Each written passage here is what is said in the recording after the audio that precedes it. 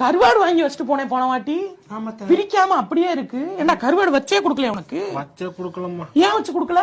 வைக்க தெரியாது அவளுக்கு, சமைக்க தெரியாது. உனக்கு பிடிக்கலன்னா அவனுக்கு பிடிக்கலம்மா.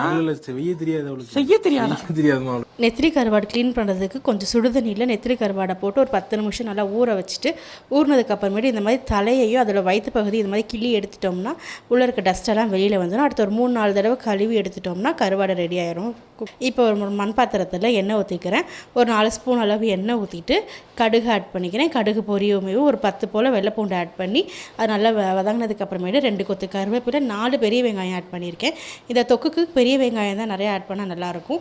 அப்புறம் ஒரு 4 பச்சை மிளகாய் ஆட் பண்ணி நல்லா வதக்கி விட்டுக்கிறேன். நல்லா இது வதங்கினதுக்கு அப்புறமேட்டு ஒரு 4 தக்காளி, கருவாடுக்கு தேவையான தொக்குக்கு தேவையான அளவு உப்பு ஆட் பண்ணி நல்லா வதக்கி விட்டுக்கிறேன். நல்லா தக்காளி மையா இந்த மாதிரி வதங்கணும். வதங்கினதுக்கு அப்புறமேட்டு கழுவி வச்சுருக்க கருவாடு ஆட் பண்ணிக்கிறேன். நெத்திலி கருவாடு ஆட் பண்ணி நல்லா கலந்து விட்டுட்டு 1 ஸ்பூன் மிளகாத்தூள், 1 spoon Kashmiri chilli powder add பண்ணிவிட்டு, அப்புறம் 1 ஸ்பூன் குழம்பு மிளகாத்தூள், கொஞ்சோண்டு மஞ்சத்தூள் ஆட் பண்ணி நல்லா கலந்து விட்டுக்கிறேன்.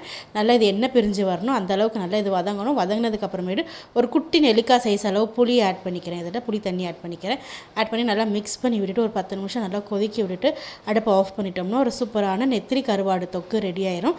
நல்லா சூடான சாதத்தில் இந்த கருவாடு தொக்கு போட்டு பிசைஞ்சு சாப்பிட்டோம்னா எவ்வளோ சாப்பிட்றோம்னே தெரியாது, அவ்வளோ டேஸ்ட்டாக இருக்கும் இந்த கருவாடு தொக்கு. கண்டிப்பாக ட்ரை பண்ணி பாருங்கள், ஃபாலோ பண்ணிக்கோங்க. Thank you.